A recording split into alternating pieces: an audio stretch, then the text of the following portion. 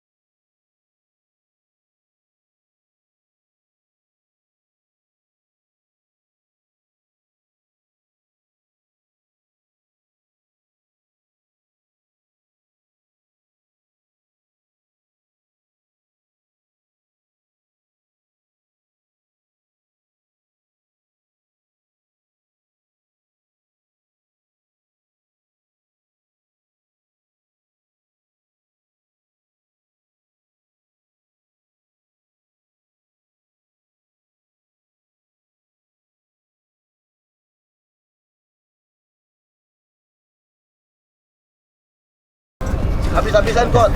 Siap. Lawan PSPS Pekanbaru. Ya. Karena lawan PSPS adalah harga diri.